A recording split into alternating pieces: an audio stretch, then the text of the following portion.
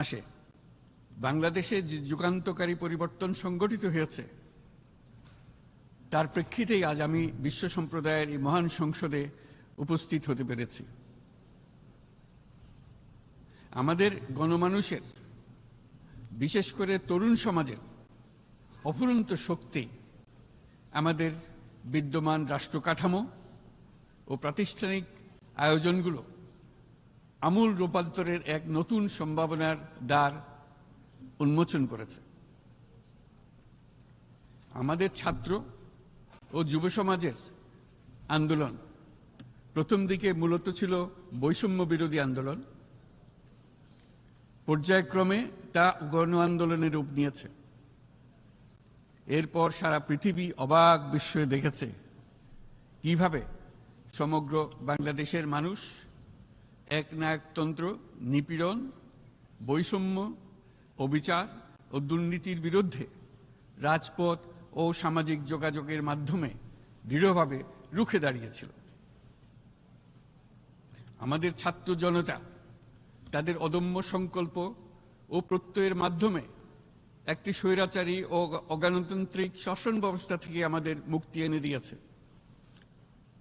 তাদের এই সংকল্পের মধ্যেই আমাদের দেশের ভবিষ্যৎ নিহিত।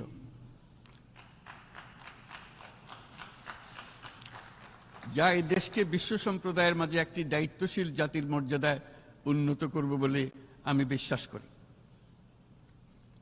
এই গণ আন্দোলন রাজনৈতিক অধিকার ও উন্নয়নের সুবিধাবঞ্চিত বাংলাদেশের আপামর জনসাধারণকে ঐক্যবদ্ধ করেছে। বাংলাদেশের মানুষ উন্নয়ন কর্মকাণ্ডকে অন্তর্ভুক্তিমূলক অংশীদারিত্ব রূপে দেখতে চেয়েছিল। আমাদের জনগণ একটা ন্যায্য, অন্তর্ভুক্তিমূলক ও কার্যকর গণতন্ত্রের জন্য লড়াই করেছে, যার জন্য আমাদের নতুন প্রজন্ম জীবন উৎসর্গ করেছে। আমাদের এই তরুণরা যে প্রজ্ঞা, সাহস ও প্রত্যয় দেখিয়েছে তা আমাদের অভিভূত করেছে, সারা বিশ্ববাসীকে অভিভূত করেছে। বন্দুকের গুলি উপেক্ষা করে বুক পেতে দাঁড়িয়ে গিয়েছিল আমাদের এই তরুণরা। অবৈধ রাষ্ট্র ক্ষমতার বিরুদ্ধে প্রবলভাবে সোচ্চার হয়েছিল আমাদের তরুণ তরুণীরা, স্কুল পড়ুয়া কিশোর কিশোরীরা। তারা নিঃসঙ্গ চিত্তে উৎসর্গ করেছিল তাদের জীবন। শত শত মানুষ চিরতরে হারিয়েছে তাদের দৃষ্টিশক্তি। আমাদের মায়েরা, দিনমজুরীরা ও শহরের অগণিত মানুষ তাদের সন্তানদের কাঁধে কাঁধ মিলিয়ে নেমেছিল রাজপথে। তপ্ত রোদ, বৃষ্টি, মৃত্যু ভয়কে তোয়াক্কা না করে তারা সত্য ও ন্যায়সঙ্গত আকাঙ্ক্ষার বিরুদ্ধে দীর্ঘকালব্যাপী রাষ্ট্রযন্ত্রকে পরিচালনা করার অশুভ ষড়যন্ত্রকে পরাভূত করেছিল। জনগণের এই আন্দোলনে আমাদের জানা মতে প্রায় 800-এরও বেশি জীবন আমরা হারিয়েছি স্বৈরাচারী শক্তির হাতে। উদারনীতি, বহুত্ববাদ ও ধর্মনিরপেক্ষতার উপর মানুষের গভীর বিশ্বাস থেকেই বাংলাদেশ রাষ্ট্রের অভ্যুদয় হয়েছিল। 1971 সালে যে মূল্যবোধকে বুকে ধারণ করে আমাদের গণমানুষ যুদ্ধ করেছিল, সেই মূল্যবোধকে বহু বছর পরে আবার জেনারেশন জি, যে প্রজন্ম জি, নতুনভাবে আমাদেরকে দেখতে শিখিয়েছে। এরকমটি আমরা দেখেছিলাম 1952 সালের ভাষা আন্দোলনে, বাংলাকে মাতৃভাষা হিসেবে প্রতিষ্ঠার সময়। বাংলাদেশের এই অভ্যুত্থান আগামী দিনগুলোতে বিশ্বের বিভিন্ন প্রান্তে মানুষকে মুক্তি ও ন্যায় বিচারের পক্ষে দাঁড়াতে প্রেরণা যোগাবে। আমাদের মুক্তি ও গণতান্ত্রিক আকাঙ্ক্ষাকে বাস্তবে রূপ দিতে আমি তাই আজ বিশ্ব সম্প্রদায়কে আমাদের নতুন বাংলাদেশের সঙ্গে সম্পৃক্ত হওয়ার উদাত্ত আহ্বান জানাচ্ছি। মাননীয় সভাপতি, যে রাষ্ট্র কাঠামো দুঃসহ হয়ে গেছে তার পুনর্গঠনের জন্য আমাদের তরুণরা, দেশের আপামর জনসাধারণ একমত হয়ে আমার এবং আমার উপদেষ্টা পরিষদের উপর আস্থা রেখে সরকার পরিচালনার এক মহান দায়িত্ব আমাদের উপর ন্যস্ত করেছে। এই দায়িত্ব গ্রহণের পর আমরা গভীর বিস্ময় ও হতাশার সঙ্গে মুখোমুখিভাবে দেখতে পাচ্ছি কিভাবে সর্বগ্রাসী দুর্নীতি একটি কার্যকর গণতান্ত্রিক ব্যবস্থাকে ধ্বংসস্তূপে পরিণত করেছে, কিভাবে রাষ্ট্রের মূল প্রতিষ্ঠানগুলোকে নির্মমভাবে দলীয়করণের আবর্তে বন্দী করে রাখা হয়েছিল, কিভাবে জনগণের অর্থকে লুটপাট করা হয়েছিল, কিভাবে একটি বিশেষ স্বার্থান্বেষী গোষ্ঠী সমস্ত ব্যবসা বাণিজ্যকে অন্যায়ভাবে নিজেদের হাতে কুক্ষিগত করে দেশের সম্পদ অবাধে বিদেশে পাচার করে দিয়েছে। এক কথায় কিভাবে প্রত্যেকটি পর্যায়ে ন্যায়, নীতি ও নৈতিকতা অদৃশ্য হয়ে গিয়েছিল। এরকম এক অবস্থার দেশকে পুনর্গঠন এবং জনগণের কাঙ্ক্ষিত রাষ্ট্র ব্যবস্থা প্রতিষ্ঠিত করার জন্য আমাদের উপর দায়িত্ব প্রদান করা হয়েছে। অতীতের ভুলগুলোকে সংশোধন করে একটা প্রতিযোগিতামূলক ও শক্তিশালী অর্থনীতি এবং ন্যায়ভিত্তিক সমাজ ব্যবস্থা গড়ে তোলাই এই মুহূর্তে আমাদের মূল লক্ষ্য। বর্তমান পরিবর্তিত পরিস্থিতিতে সকল রাজনৈতিক দল এখন স্বাধীনভাবে তাদের মতামত প্রকাশ করতে পারছে। যে সব ব্যক্তি বা প্রতিষ্ঠান রাষ্ট্রীয় কাজ ও সিদ্ধান্ত গ্রহণ করার প্রক্রিয়ায় সম্পৃক্ত, তাদের প্রত্যেকের জবাবদিহিতা নিশ্চিত করাই আমাদের অগ্রাধিকার। আমরা মানুষের মৌলিক অধিকারকে সমুন্নত ও সুরক্ষিত রাখতে দৃঢ়প্রতিজ্ঞ। আমাদের দেশের মানুষ মুক্তভাবে কথা বলবে, ভয়ভীতি ছাড়া সমাবেশ করবে, তাদের পছন্দের ব্যক্তিকে ভোট দিয়ে নির্বাচিত করবে, এটাই জাতির আকাঙ্ক্ষা এবং এটাই আমাদের লক্ষ্য। বিচার বিভাগের স্বাধীনতা সংরক্ষণ ও সাইবার ডোমেইন সহ গণমাধ্যমের স্বাধীনতা সুসংহতকরণে আমরা প্রতিজ্ঞাবদ্ধ। আমাদের একজন কৃষক বা একজন শ্রমিকের সন্তানও যেন সমাজের সর্বোচ্চ শিখরে পৌঁছতে পারে, সেই লক্ষ্যে বিশালকার অবকাঠামো নির্মাণের বদলে স্বাস্থ্য ও শিক্ষা খাতে বরাদ্দ বৃদ্ধির আমরা গুরুত্ব আরোপ করছি।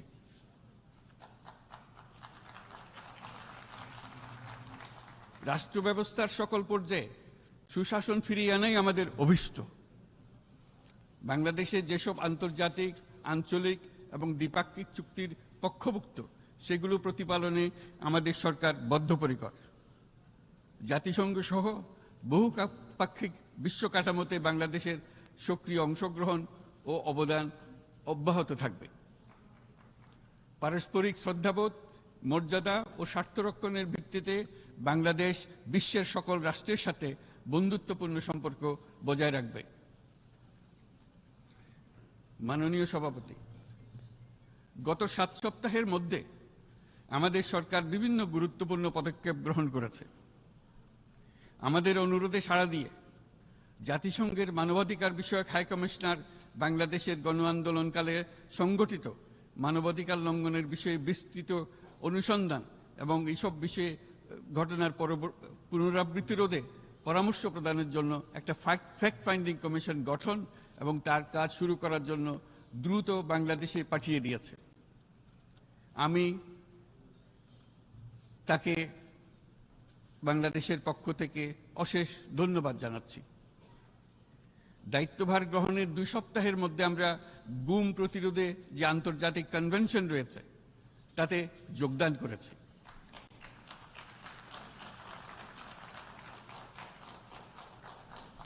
এর আশু বাস্তবায়নের জন্য প্রয়োজনীয় দেশীয় আইন ও বিধি প্রণয়নে আমরা এখন প্রক্রিয়া শুরু করেছি। বাংলাদেশে গত 1.5 দশকে যে সমস্ত গুমের অভিযোগ রয়েছে সেগুলো তদন্ত করার জন্য একটি তদন্ত কমিশন এই মুহূর্তে কর্মরত আছে। মানুষের আস্থা, আত্মবিশ্বাস ফিরিয়ে আনতে এবং নির্মম অতীত যেন আর ফিরে না আসে কোনোদিন, সেই জন্য আমরা কিছু সুনির্দিষ্ট খাতে সংস্কারকে অগ্রাধিকার দিয়েছি।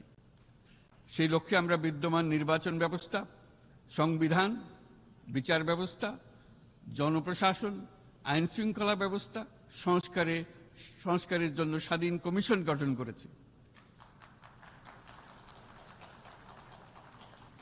সংবাদপত্র ও গণমাধ্যমের সংস্কারের জন্যও পৃথক কমিশন সহ আরও কয়েকটি বিশেষ বিষয়ে কমিশন গঠন প্রক্রিয়াধীন রয়েছে। ব্যবসা বাণিজ্যে অনুকূল পরিবেশ সৃষ্টির লক্ষ্যে আমরা ব্যাংক ও আর্থিক খাতের ব্যাপক সংস্কারের উদ্যোগ গ্রহণ করেছি। কোনো বিদেশি ব্যবসা বা বিনিয়োগ যেন ক্ষতিগ্রস্ত না হয় তা নিশ্চিত করতে আমরা বদ্ধপরিকর। এসব সংস্কার যেন টেকসই হয়, দীর্ঘমেয়াদে নিশ্চিত করতে এবং অবাধ ও নিরপেক্ষ অংশগ্রহণপূর্বক নির্বাচনের জন্য উপযোগী পরিবেশ সৃষ্টি করতে আমরা কাজ করে যাচ্ছি। গণতন্ত্র, আইনের শাসন, সমতা, সমৃদ্ধি অর্জনের মাধ্যমে একটি ন্যায়ভিত্তিক সমাজ হিসেবে আত্মপ্রকাশের অভিপ্রায় বাস্তবায়নে আমি বাংলাদেশের প্রতি আন্তর্জাতিক সম্প্রদায়ের সমর্থন ও গভীরতর সম্পর্ক গঠন করার জন্য আহ্বান জানাচ্ছি।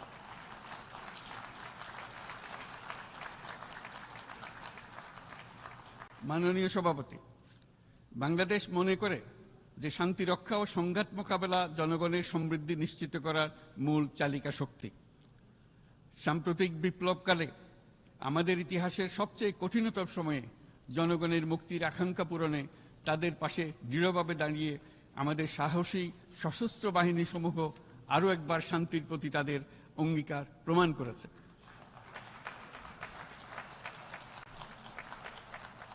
এটা সম্ভব হয়েছে শান্তি রক্ষায় আমাদের অঙ্গীকারের কেন্দ্রবিন্দুতে মানবাধিকারকে স্থান দেওয়ার ফলে।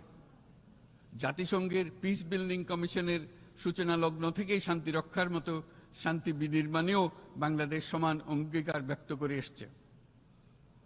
আমাদের দিনগুলোতে আমরা জাতিসংঘের শান্তি রক্ষা কার্যক্রমে আমাদের মূল্যবোধ ভিত্তিক অবদানের ধারাবাহিকতা রক্ষা, সমুন্নত ও প্রসারিত করতে বদ্ধপরিকর।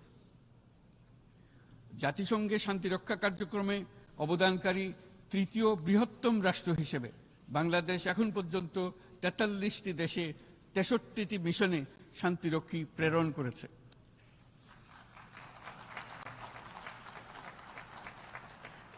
বসনিয়া থেকে শুরু করে কঙ্গো পর্যন্ত বিশ্বের বিভিন্ন প্রান্তে এসব মিশনে দায়িত্ব পালনকালে ১৬৮ জন বাংলাদেশি শান্তিরক্ষী নিজেদের জীবন বিসর্জন দিয়েছে। আমরা আশা করি যে কোনো অবস্থায় নানা প্রতিকূলতা সত্ত্বেও জাতিসংঘের ভবিষ্যৎ শান্তিরক্ষী কার্যক্রমগুলোতে বাংলাদেশের প্রতিরক্ষা বাহিনীর সদস্যরা একইভাবে অবদান রাখার সুযোগ পাবে।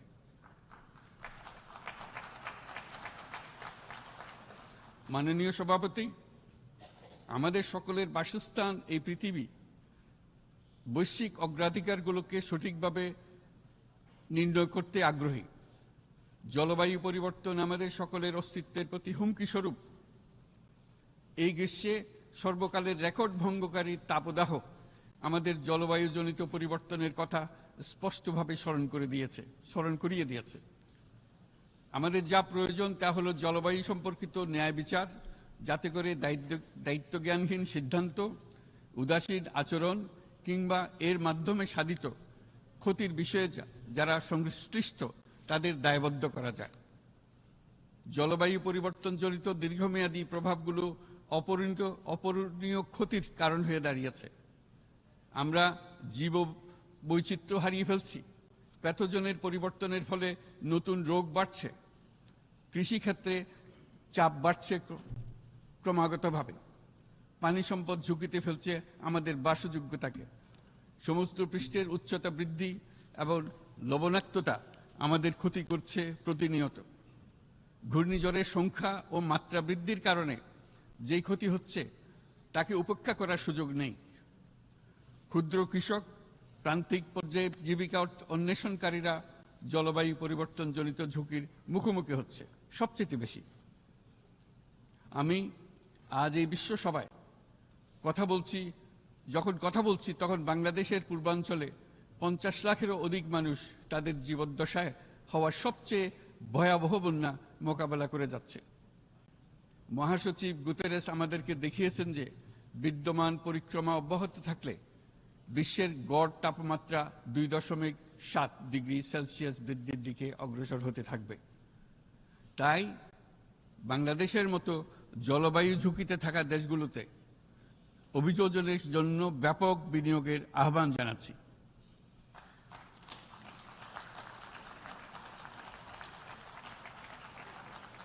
এছাড়াও উদ্ভাবনী শক্তির প্রয়োগ, অতিরিক্ত অর্থায়নের মাধ্যমে লস অ্যান্ড ড্যামেজ ফান্ডকে কার্যকর করা আমাদের জন্য অত্যন্ত গুরুত্বপূর্ণ।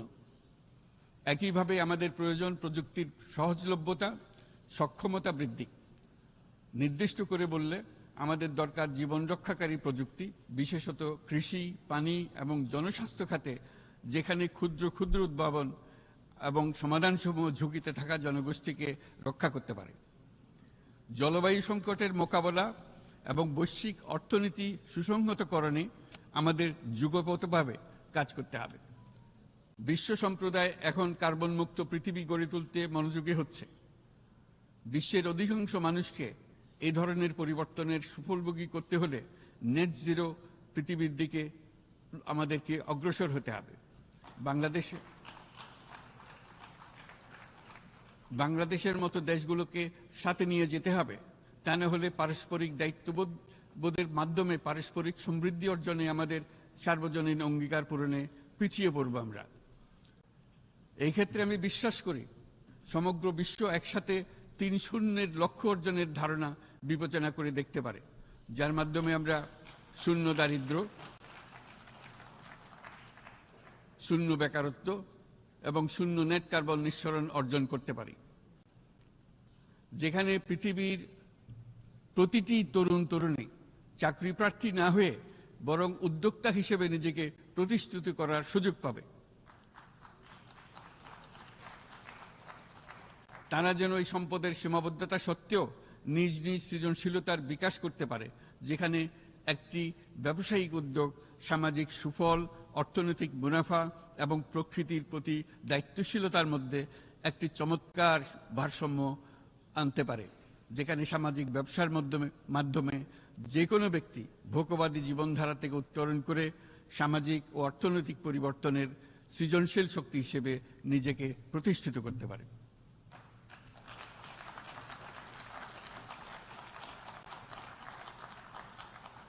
এই সময়ে তাই প্রয়োজন উন্নত উন্নয়নশীল সকল দেশসমূহ এবং বিভিন্ন অংশীদারদের মধ্যে নতুন দৃষ্টিভঙ্গি, নতুন মূল্যবোধ এবং নতুন একতা। সামগ্রিকভাবে এই লক্ষ্য অর্জনে জাতিসংঘ ব্যবস্থা, জাতীয় আঞ্চলিক পর্যায়ে সরকারসমূহ, সকল ব্যবসা প্রতিষ্ঠান, বেসরকারি অংশীজন এবং দাতব্য সংস্থাগুলোকে একসঙ্গে কাজ করতে হবে। আমাদের অর্থনৈতিক কাঠামোতে সামাজিক ব্যবসাকে স্থান দিলেই নিচের অর্ধেকাংশ মানুষের জীবনে তা বিরাট পরিবর্তন আনতে পারে।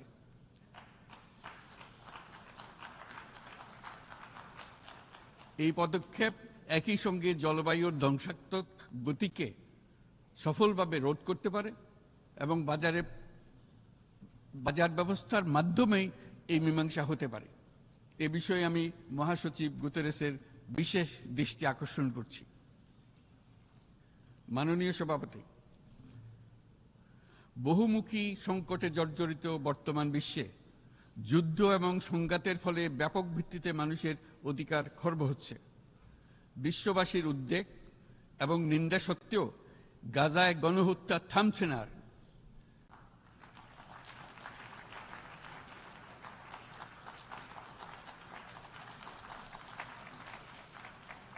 ফিলিস্তিনের মতো বিদ্যমান বাস্তবতা কেবল আরব কিংবা মুসলমানদের জন্যই উদ্বেগজনক নয়, বরং তা সমগ্র মানব জাতির জন্যই উদ্বেগের বিষয়।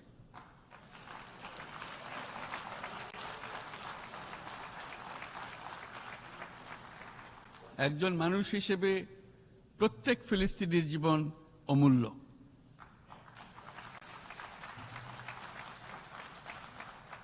ফিলিস্তিনের জনগণের বিরুদ্ধে যে মানবতা বিরোধী অপরাধ হচ্ছে তার জন্য সংশ্লিষ্ট সকলকে দায়বদ্ধ করতে হবে।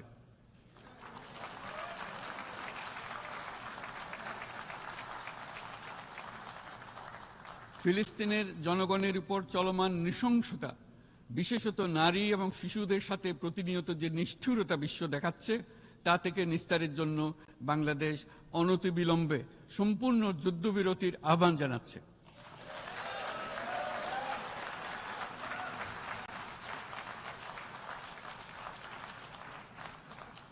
দ্বিরাষ্ট্রভিত্তিক সমাধানেই মধ্যপ্রাচ্যে টেকসই শান্তি আনতে পারবে।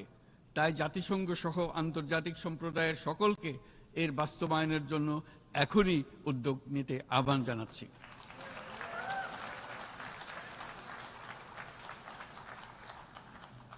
গত 2.5 বছর ধরে ইউক্রেনে চলমান যুদ্ধে বহু মানুষ প্রাণ হারিয়েছে। এই যুদ্ধের প্রভাব সর্বব্যাপী, এমনকি বাংলাদেশের অর্থনীতিতেও এর নেতিবাচক প্রভাব আমরা অনুভব করছি। আমরা তাই উভয় পক্ষকে সংলাপে বসে বিরোধ নিরসনের মাধ্যমে যুদ্ধের অবসান ঘটানোর আহ্বান জানাচ্ছি। মাননীয় সভাপতি, বাংলাদেশ গত 7 বছর যাবৎ মিয়ানমার হতে আগত 12 লাখেরও বেশি রোহিঙ্গাদের মানবিক কারণে আশ্রয় দিয়ে আসছে। এর ফলে আমরা বিরাট সামাজিক, অর্থনৈতিক, পরিবেশগত ক্ষতির সম্মুখীন হচ্ছি। মিয়ানমারের অভ্যন্তরীণ সমস্যা থেকে সৃষ্ট এই সংকট বাংলাদেশ ও আমাদের অঞ্চলের জন্য প্রথাগত ও অপ্রথাগত উভয় ধরনের নিরাপত্তা ঝুঁকির কারণ হয়ে দাঁড়িয়েছে। মিয়ানমার থেকে বাংলাদেশে বলপূর্বক বাস্তুচ্যুত রোহিঙ্গাদের সহায়তা করতে আমরা অঙ্গীকারবদ্ধ। আমরা রোহিঙ্গাদের জন্য মানবিক সহায়তা কার্যক্রম চালু রাখা এবং তাদের টেকসই প্রত্যাবর্তন নিশ্চিত করার উদ্দেশ্যে আন্তর্জাতিক সম্প্রদায়ের পর্যাপ্ত সহায়তা অব্যাহত রাখার আহ্বান জানাচ্ছি। রোহিঙ্গাদের সাথে সংগঠিত হওয়া ব্যাপক ভিত্তিক মানবাধিকার লঙ্ঘনের জন্য আন্তর্জাতিক বিচার আদালত এবং আন্তর্জাতিক অপরাধ আদালতে চলমান বিচার প্রক্রিয়ার মাধ্যমে ন্যায় বিচার নিশ্চিত করাও সমানভাবে গুরুত্বপূর্ণ। রোহিঙ্গারা যাতে নিজ দেশে স্বাধীন এবং মর্যাদাপূর্ণ জীবনযাপন করতে পারে সেই লক্ষ্যে অনুকূল পরিবেশ তৈরিতে জাতিসংঘ অন্যান্য আন্তর্জাতিক প্রতিষ্ঠানের ধারাবাহিক প্রচেষ্টার প্রশংসা দাবিদার। এই লক্ষ্যে রোহিঙ্গারা যাতে পর্যাপ্ত নিরাপত্তা ও অধিকার নিশ্চিত করে তাদের নিজ ভূমি রাখাইনে ফিরে যেতে পারে তার পথ সুগম করা অত্যন্ত দরকার। মিয়ানমারে প্রতিনিয়ত পরিবর্তনশীল অবস্থা বিবেচনা রেখে বাংলাদেশ আন্তর্জাতিক সম্প্রদায়ের সাথে একযোগে রোহিঙ্গাদের নিজ দেশে মর্যাদাপূর্ণ টেকসই প্রত্যাবর্তনের জন্য পরিবেশ সৃষ্টিতে কাজ করতে প্রস্তুত।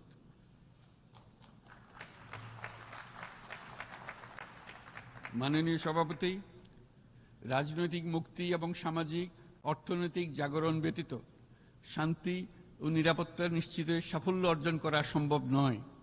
প্রায় 1 দশক পূর্বে বিশ্ব সম্প্রদায় সর্বসম্মতক্রমে এজেন্ডা 2030 প্রণয়ন করেছিল। আমরা সবাই আমাদের সামষ্টিক আকাঙ্ক্ষা ও বিশ্বাস অর্পণ করেছি এই সার্বজনীন টেকসই উন্নয়ন অভিষ্টগুলো অর্জনে। সার্বিকভাবে মাত্র 17% ও কম লক্ষ্যমাত্রা অর্জন হয়েছে। স্পষ্টতই এই ক্ষেত্রে অনেক উন্নয়নশীল রাষ্ট্র আরও পিছিয়ে আছে। উন্নয়নশীল দেশগুলোকে এসডিজি অর্থায়নের বছরে প্রায় 2.5 থেকে 4 ট্রিলিয়ন মার্কিন ডলারের সমান ঘাটতি মোকাবেলা করতে হচ্ছে।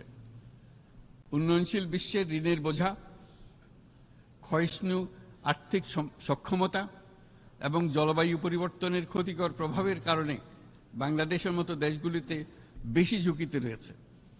আমরা আশা করি উন্নয়নের জন্য অর্থায়ন সংক্রান্ত 4র্থ আন্তর্জাতিক সম্মেলনে এই ধরনের জটিল এবং কাঠামোগত সমস্যাগুলোর দিকে নজর দেওয়া হবে। বহুপাক্ষিক আর্থিক প্রতিষ্ঠানগুলোকে এমন অভিন্ন লক্ষ্যে নিয়ে যাওয়ার কাজ করতে হবে যাতে সকল রাষ্ট্র সমানভাবে সম্পদ ও সুযোগের ব্যবহার করতে পারে। তারা নিজেদের কর্মসূচিতে সামাজিক ব্যবসাকে গুরুত্বপূর্ণ ভূমিকা দিতে পারে যাতে নিম্ন আয়ের দেশগুলোর বাস্তবতাকে বিশেষভাবে মোকাবেলা করা যায়, যা ব্যবসায়ী উদ্যোগ এবং ব্যক্তির সৃজনশীলতাকে উদ্বুদ্ধ করে, যা বঞ্চিত জনগোষ্ঠীকে বিশালভাবে সহায়তা করে। এই ক্ষেত্রে অবৈধ অর্থের প্রবাহ এবং উন্নয়নশীল দেশগুলো থেকে সম্পদ পাচার বন্ধ করা অত্যন্ত আবশ্যক। উন্নয়নশীল দেশগুলো থেকে পাচার হয়ে যাওয়া সম্পদ ফেরত আনার জন্য আন্তর্জাতিক সহযোগিতা জোরদার করতে হবে। আমরা আশা করি কর ফাঁকি রোধে আন্তর্জাতিক কর কনভেনশন অতি শীঘ্রই গৃহীত হবে। মাননীয় সভাপতি, আমরা যে নিবিড়ভাবে সংযুক্ত বিশ্বে বসবাস করছি সেখানে অভিবাসন এবং মানুষের অবাধ প্রবাহ এক অলঙ্ঘনীয় বাস্তবতা। বাংলাদেশি নাগরিকরা প্রতিনিয়ত বিভিন্ন দেশে অভিবাসী হিসেবে যাচ্ছেন। তারা বিভিন্ন দেশে তাদের কর্মসংস্থানের সন্ধানে আছেন। বিশ্বের বিভিন্ন প্রান্তে এই মুহূর্তে প্রায় 1.5 কোটি প্রবাসী বাংলাদেশি আছেন। সকলের জন্য অভিবাসনের উপযোগিতা নিশ্চিত করতে বিশ্ব সমাজকে নিরাপদ